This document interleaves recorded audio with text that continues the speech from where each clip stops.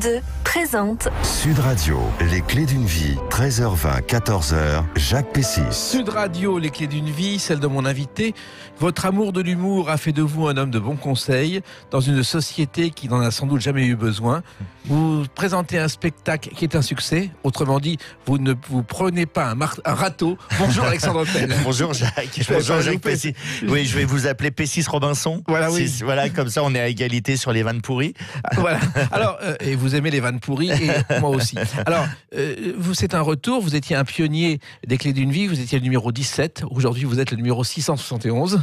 Et on est encore là. Vous présentez un spectacle dont on va parler tout à l'heure, qui fait beaucoup rire et qui a beaucoup de succès. Mais on va revenir à des dates clés comme d'habitude. Avec plaisir. Et la première, Alexandre Pell, c'est le 29 août 1988. Écoutez ce générique, ça va vous dire quelque chose. C'est la première des Guignols. Eh oui, Guignols qui sont chers à votre cœur, Alexandre. Exactement, oui, puisque j'ai été auteur historique des Guignols. Donc voilà, je venais des Nuls, et puis les Nuls avaient décidé de faire une année sabbatique. De Greff et Lescure se sont dit, c'est pas possible, il faut qu'on ait un rendez-vous à 19h55, juste avant le JT, la grand-messe du 20h, comme on appelait à l'époque avec PPDA. Et puis donc voilà, on a fait les Guignols, et puis on l'a fait plus ou moins bien. Moi j'avais l'impression, j'étais un peu frustré, et c'est vrai qu'un an après, quand les Nuls m'ont redemandé de retravailler avec eux, j'ai rebossé avec eux, mais j'écrivais aussi pour les Guignols de temps en temps. Oui, alors ça se passait bien, et quand il y avait des problèmes, je crois que la direction vous soutenait. Un jour, il y a eu un problème avec un annonceur, je crois, les Rocher Ferrero. Oh, mais comment vous connaissez ça? Mais Jacques, vous êtes diabolique, quoi. Mais vous êtes diabolique. C'est une histoire qui est formidable, c'est que, en fait, Ferrero Rocher d'Or, les Nuls avaient fait, c'était à l'époque de Les Fêtes de l'Ambassadeur. Oui. Et donc, en fait, ils avaient doublé le vrai film en disant, dis donc, Les Fêtes de l'Ambassadeur, c'est pas que de la merde, hein, parce qu'il y a de la gonzesse, en veux-tu, en voilà, du champagne et tout ça. Et l'annonceur, mais vraiment se fâche, appelle Lescure et dit, c'est un scandale, je vous donne de l'argent et vous n'êtes pas capable de retenir les Nuls et tout ça. Alors, Lescure dit, écoutez, les Nuls, c'est les Nuls, hein, on leur dit pas, ils font ce qu'ils veulent, et voilà. Et si c'est ça, je retire le budget. Et Lescure a dit, écoutez, si c'est ça, retirez le budget. Et ils ont retiré le budget. Mais c'était ça le grand Canal+ de l'époque, c'était des gens qui laissaient faire des artistes faire les cons, tout simplement. Voilà. C'était arrivé à RTL aussi, où Fabrice, animateur historique, un jour, après avoir bien déjeuné, présente son émission où doit faire une pub sur les propos de la Gacilly. Et ça devient délirant. À la fin, il dit, écoutez la chronique, et puis écoutez rien du tout, j'en ai rien à faire. L'annonceur a retiré immédiatement son budget, qui était énorme, mais ça a continué. Alors, finalement, rire, vous l'avez toujours fait, même à l'école, Alexandre Pell. Et exactement, tout à fait. Je m'aperçois que malheureusement, j'essaye de dire à mes enfants qu'il faut qu'ils se tiennent bien et qu'ils fassent pas de vannes et qu'ils sont pas là pour faire des one-man shows. Mais c'est vrai que j'ai été très estampillé joyeux de rire et gros déconneur, en fait. Et envie d'écrire des sketchs déjà? Oui, mais parce que en fait, j'avais l'enfance que j'ai eue et je me suis aperçu qu'en fait, l'écriture était totalement salvateur. C'est-à-dire c'est-à-dire que voilà, j'avais un père qui était dépressif, qui a fait des tentatives de suicide. On va pas faire Ménie Grégoire RTL, non. On va faire Jacques Pessis Sud Radio. C'est Brigitte Lahaye. C'est Brigitte Lahaye.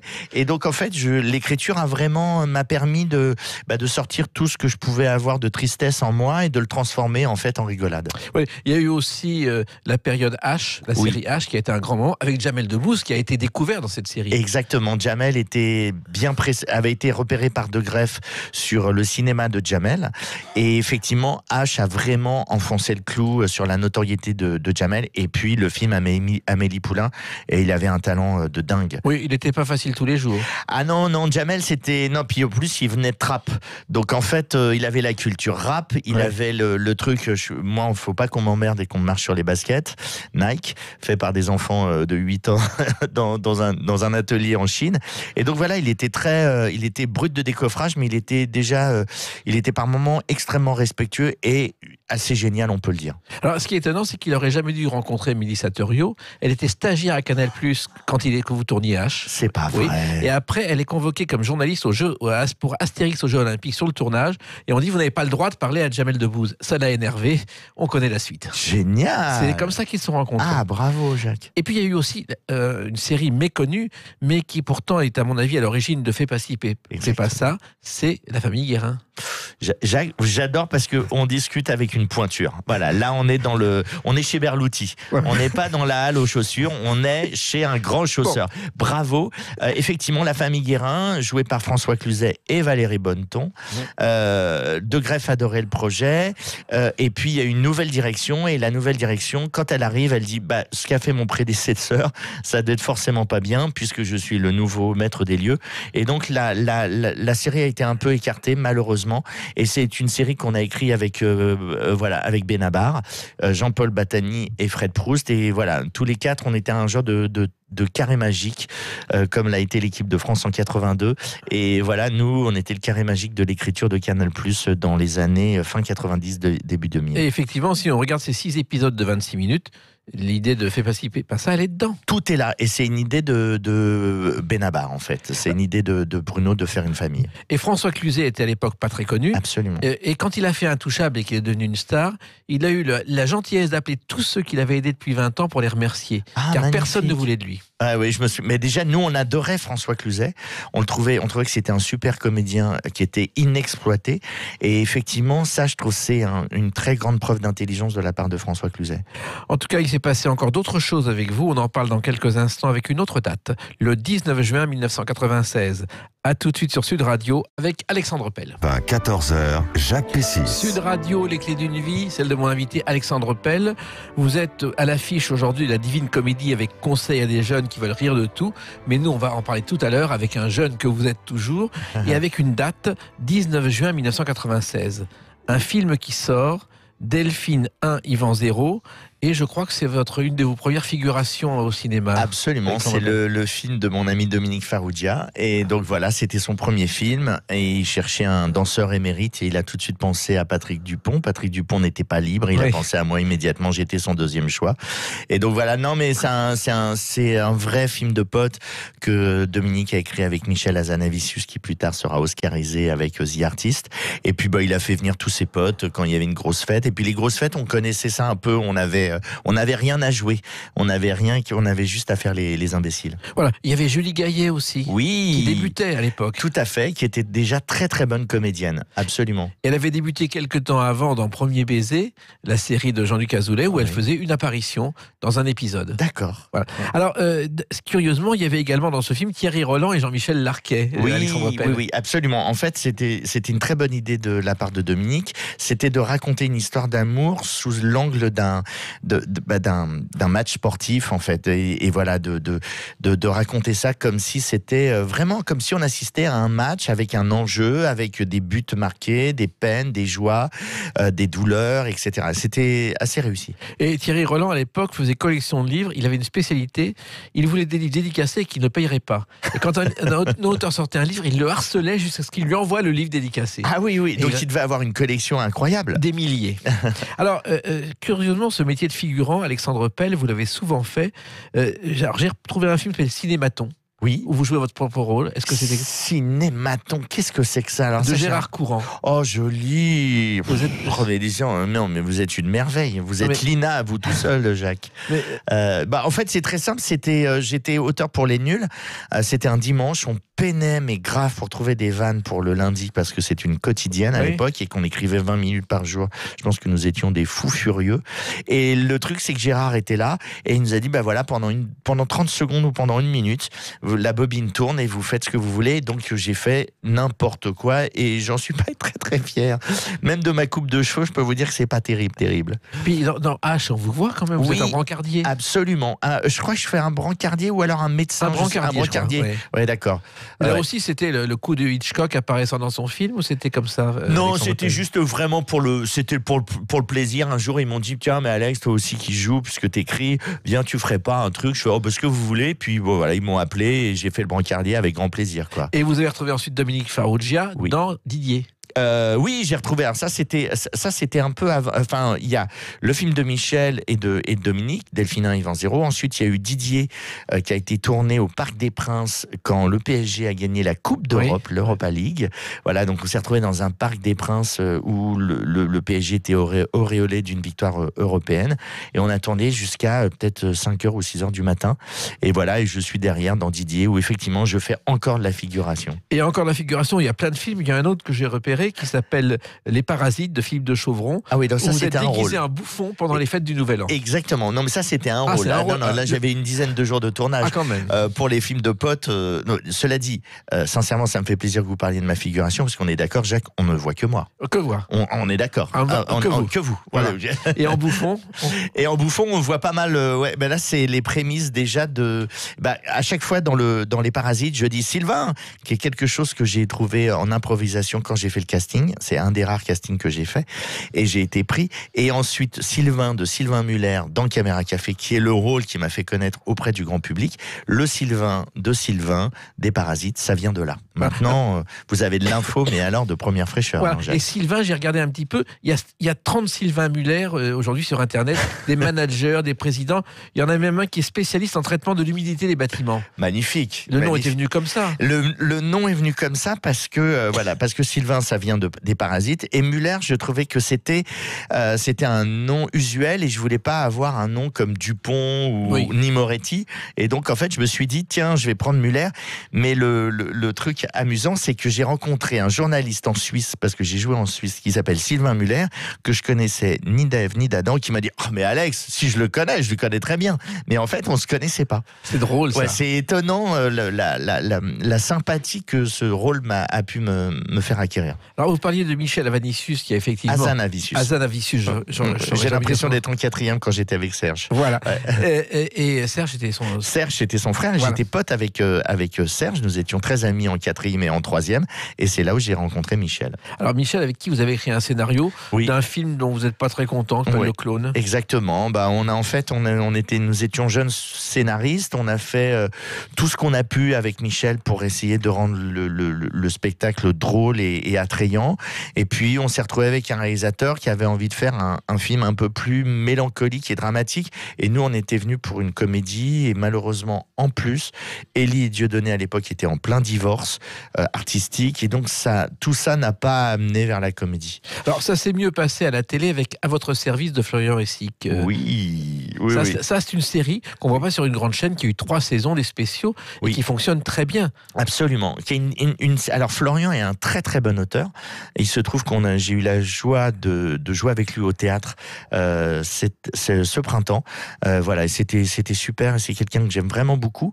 Et À votre service, c'est une excellente série qui est très bien tenue et qui est souvent en replay, qui est souvent sur des plateformes. Mais c'est une très bonne série qui est très bien tenue au niveau des enjeux et des personnages. Oui, alors en même temps, c'est une série innovante parce qu'on voit 10% sur France 2, mais en même temps, là aussi, il y a des personnalités telles qu'elles sont qui apparaissent dans la série. Exactement, les gens viennent jouer leur propre rôle. Bon, moi, il se trouve que j'ai joué le rôle d'un inspecteur.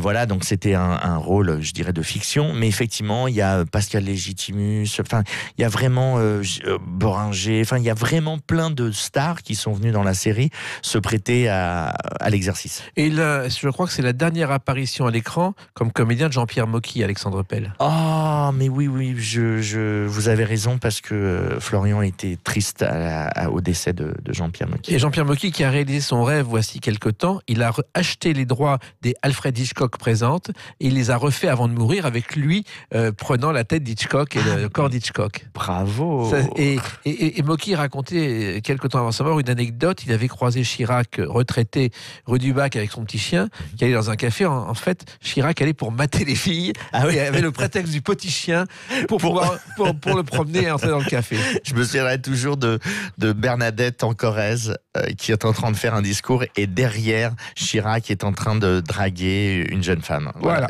Avec Bernadette qui se retourne toutes les 30 secondes. C'est terminé maintenant ? Oui, ça a été souvent terminé. Alors, il y a aussi une autre émission dont on va entendre le générique, Alexandre Pell. La Bretagne s'exporte. Le Grand Bazar. Bazar. Alors ça, c'est Oui. sur France 3 à Bretagne. Exactement. Mais c'est une aventure incroyable aussi, Alexandre Pell. C'est une aventure de dingue parce que en fait c'est une des premières émissions culturelles déléguées en région. Donc voilà, qui a fait des petits. Et voilà. Et pendant 4 ans, on s'est baladé sous forme, dirais-je, d'un road movie où on est allé à la rencontre des artistes et on a mis en lumière tout un tas d'artistes. Et je connais maintenant beaucoup mieux la Bretagne, même si ma petite maman y vit. Et c'est une émission que j'ai eu beaucoup de plaisir à faire. Et comment êtes-vous arrivé dans cette aventure, Alexandre Pell? Alors, l'aventure, j'ai fait une pièce qui était formidable, qui s'appelle Conversation avec Ma Libido, qu'on a joué quasiment pendant 4-5 ans. Et j'ai rencontré Stéphanie Elbaz, qui m'a proposé de faire une émission qui s'appelait Very Green Trip, où on devait partir et voyager sans polluer. Donc on a eu la chance de partir à Venise, à Oslo, à Montréal et dans les Alpes. Et à chaque fois, c'était comment limiter notre empreinte carbone. Et de là, j'ai fait le Grand Bazar parce que il se trouve que France 3 était d'accord, que j'étais d'accord et on a fait. Et en fait, c'était formidable parce que je suis un artiste et je me suis totalement mis au service des autres artistes. Oui, et sur une chaîne discrète au départ, oui. Alors qu'en général, d'autres préfèrent directement TF1 ou France 2. Oui, mais ça, c'est en fait, quand vous avez une bonne idée, comme votre émission, Jacques. Quand vous avez une bonne idée n'importe où, il faut la faire. C'est-à-dire que il faut que les choses vivent et se fassent pas.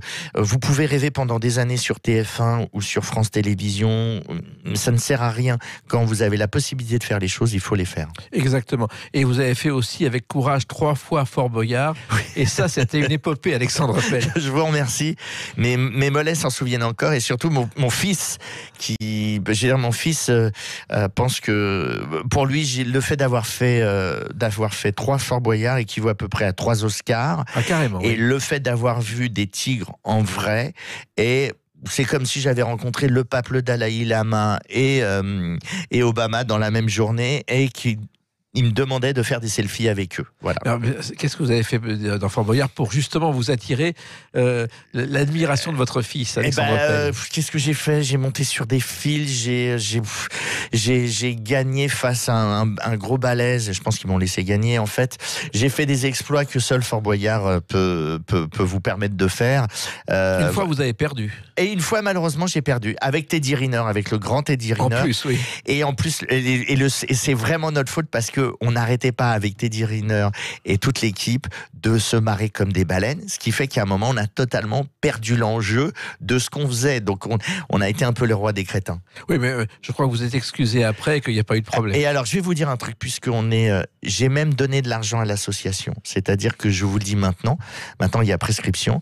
J'étais tellement honteux que j'ai envoyé un chèque à l'association parce que c'était de notre faute s'ils n'avaient pas gagné d'argent.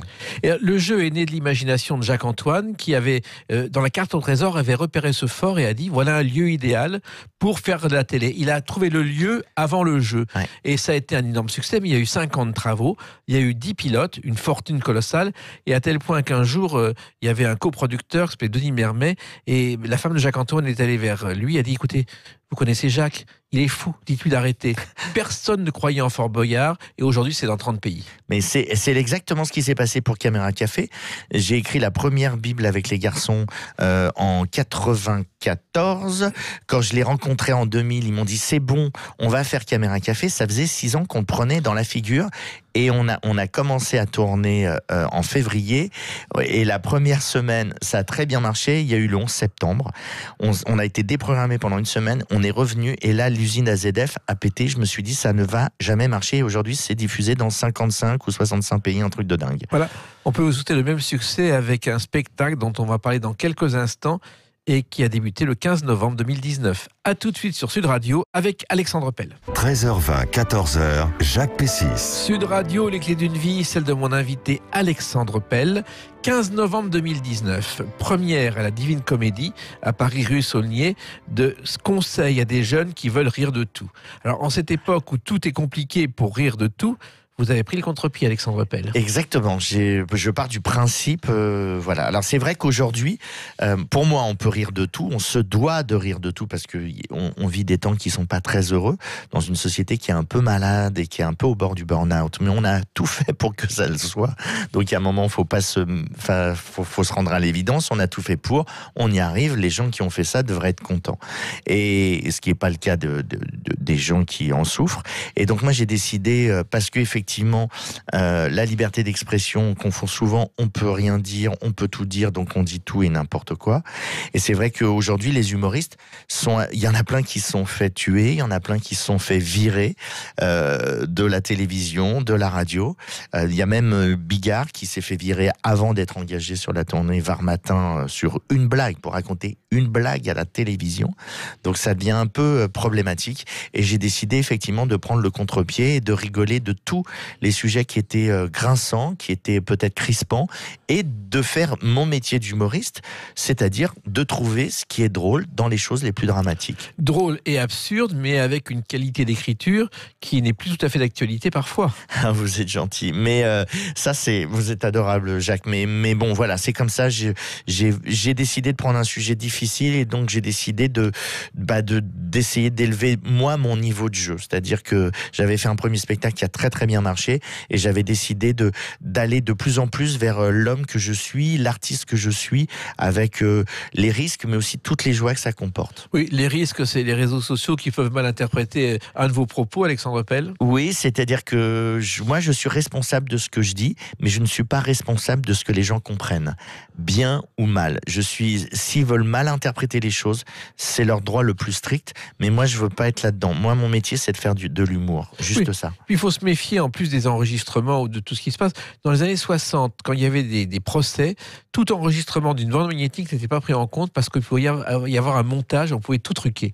Aujourd'hui, vous vous rendez compte, si on faisait ça avec les réseaux sociaux, ça changerait beaucoup de choses. Vous avez raison. Alors, vous dites aujourd'hui dans ce spectacle, et il faut du courage pour le dire, qu'il y a une montée des communautarismes, il y a une montée de la radicalisation, ouais. Et il faut lutter contre ça par l'humour. Oui, exactement. C'est-à-dire que, je vais prendre un exemple extrême.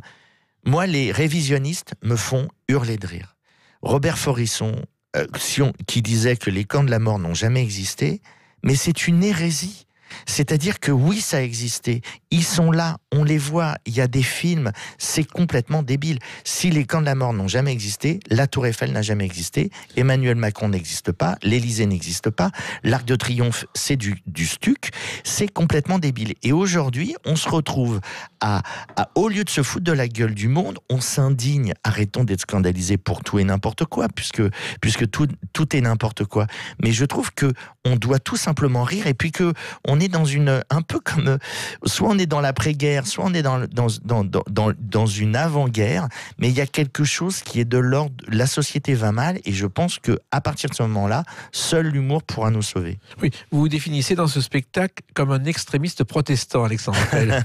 Non, en fait, je dis tout le temps dans le spectacle, je dis il y a des gens dont on n'entend jamais parler, ce sont les intégristes protestants, et j'imagine comment les intégristes protestants commettent des attentats à l'arme blanche. Et le public qui vous remercie de votre franchise, de votre humour ? Oui, j'ai beaucoup de chance, et j'ai la chance d'avoir un public intelligent, d'avoir un public par moments que je choque. Vous savez, je parle de religion et dans ce spectacle, et il y a quelqu'un qui était au deuxième rang et que je voyais et qui faisait une tête, mais alors de 2 pieds de long. La personne m'a attendu, elle m'a dit « Vous m'avez choqué ». Elle m'a dit « Mais en vérité, j'ai rigolé tout le temps. Vous dites rien de méchant, tout est drôle.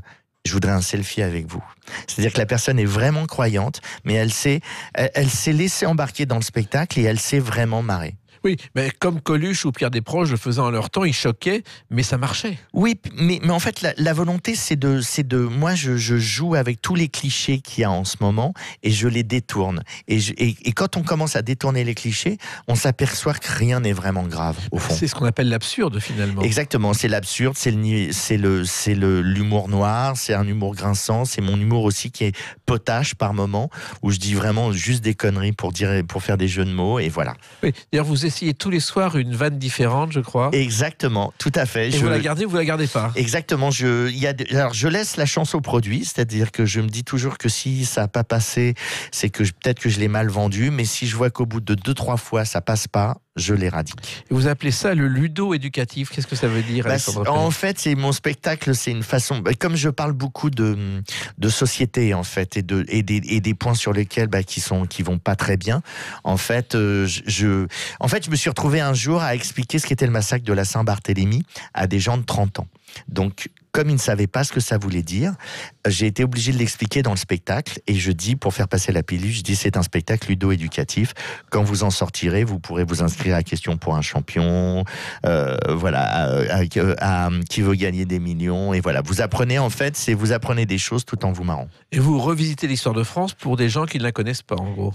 Oui, c'est-à-dire qu'en fait, j'ai été obligé d'expliquer le mot pleutre. Ce que je dis dans le spectacle, je dis je suis tellement pleutre que je pourrais donner du courage à un lâche. Oui, c'est le personnage que vous jouez, Alexandre Pelle. Exactement. Et donc, en fait, pleutre, il y a des gens qui ne savent pas que ça veut dire lâche, ou que ça veut dire quoi, ou que ça veut dire poltron. Donc, j'ai été obligé de remodifier mon spectacle, parce que ça reste quand même, je suis pas là pour étaler mon érudition, mais au contraire pour faire rigoler les gens. Oui, et l'érudition d'aujourd'hui ferait rigoler l'érudition de ceux qui avaient 30 ans en 1960. On est bien d'accord. Alors, on parle des cancres aujourd'hui, mais on oublie que dans les années 60, les cancres étaient mis en vedette dans un film et dans un livre. C'était pourtant un sujet facile. Le métier que je ferai quand je serai grande. C'est Dominique Paturel dans un film sur la foire au cancre, tiré d'un livre de Jean Charles, qui était un enseignant, qui avait récupéré toutes les perles, et c'était un immense succès. Par exemple, dans ce livre, il y avait les 3 grandes époques de l'humanité, sont l'âge de la pierre, l'âge du bronze et l'âge de la retraite. Et ça s'était vendu à 2 millions d'exemplaires. Et c'est vrai que les cancres, ça a évolué, mais ça date de cette époque-là. C'est magnifique. Il y en a toujours eu. C'est magnifique. Vous n'avez jamais lu ce livre? Non, je l'ai pas lu, mais effectivement, les perles... alors, Jean-Charles, ça me dit carrément quelque chose. Et j'ai lu quelques perles qui sont absolument... Mais qui sont... c'est magnifique. L'angle droit à bout à 90 degrés. Mais ce sont des choses absurdes et qui correspondent finalement à ce qu'il faut peut-être faire dans l'humour d'aujourd'hui. Peut-être. Il y a d'une part d'absurde, c'est-à-dire qu'en fait, je suis d'accord avec vous, Jacques. C'est-à-dire que quand on commence à rentrer en absurdie, on s'aperçoit qu'il y a plein de choses qu'on fait qui sont totalement absurdes. On comprend pas. Oui, vous moquez aussi des féministes, des machos.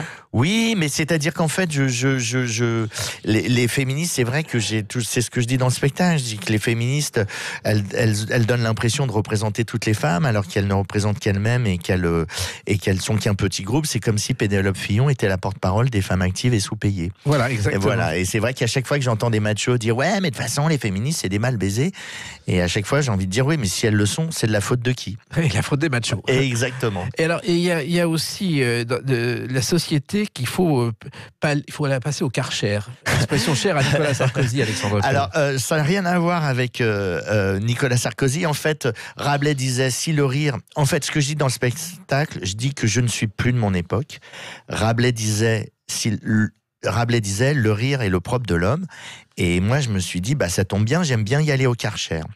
Et je me suis aperçu que c'était une erreur absolument fondamentale, puisqu'aujourd'hui, moi, j'aime le second degré et l'humour noir dans une époque qui en manque totalement. Oui, mais résultat, le public est là, et le public, plus que ceux qui décident, aime l'humour noir. Oui, et puis il y a quelque chose qui est vrai pour votre émission, et qui est vrai pour le spectacle en général, c'est que quand on se fout pas de la gueule du monde, quand on a fait un vrai travail, comme vous faites, et comme j'aspire à le faire, eh bien, on retrouve un public de qualité qui veut pas être pris pour un con, qui ne l'est pas, et avec qui, du coup, on va boire des coups après, avec des gens qui me demandent pour un selfie, puis comme j'ai des amis qui sont là, on embarque tout le monde et on passe des soirées à se lier, et c'est vraiment chouette, en fait. Oui, et Alfred Karcher, on ne sait pas qui c'est, en fait, c'est lui qui a inventé le Karcher en 1950, c'était un Allemand, à Stuttgart, et il a fait le premier nettoyeur haute pression à eau chaude en Europe, et aujourd'hui, c'est un nom familier, alors que c'est un homme qui l'a inventé, on ne le sait pas assez. Alors, ce spectacle donc a débuté, va se poursuivre jusqu'en janvier, les vendredis et samedis à 20h. Après, vous ferez une tournée, mais Est-ce que finalement, c'est pas une œuvre de salubrité publique, Alexandre Pell? Non, en fait, Pour apprendre à vivre ensemble. Oui, alors ça peut-être, mais non, j'ai pas. Malheureusement, moi, je suis un cancre et j'essaie de faire rire mes camarades et mes congénères, et mes contemporains, comme dirait notre cher Philippe Bouvard. Oui. Mais j'ai pas malheureusement pas cette vocation. Oui, mais en même temps, vous mettez le doigt sur une société qui n'a plus de rêve, où on fait la fortune des avocats par les procès. Il serait peut-être temps de changer les choses. Et votre spectacle peut y contribuer, Alexandre Pell. Si c'était le cas, j'adorerais, j'espère que les dieux de l'humour vous entendent. Oui, notre société est malade, elle peut guérir avec d'autres Alexandre Pell, non? J'espère qu'il y en a qu'un d'Alexandre Pell. Oui. Je voudrais pas avoir de clone. Non, pourquoi? Vos enfants seraient fiers. Ouais. non, je voudrais pas. Non, malheureusement, on n'est là que de passage, et donc voilà, c'est à nous de faire le boulot quand on est sur la planète. Et vous le faites très bien, donc, le vendredi et le samedi à 20h. Ça s'appelle Conseil à des jeunes qui veulent rire de tout. On rit beaucoup. À la Divine Comédie. La Divine Comédie rue Sonia à Paris jusqu'au 4 janvier et en tournée ensuite. Merci beaucoup. Alexandre Pell. Vous êtes revenu pour la 2e fois, bientôt la 3e. Avec grand plaisir, comme à Fort Boyard. Et réciproquement. Dans quelques instants, on retrouve Brigitte Lahaie et nous, on se retrouve bien sûr demain pour d'autres clés d'une vie. Bonne journée, merci, à demain. Avec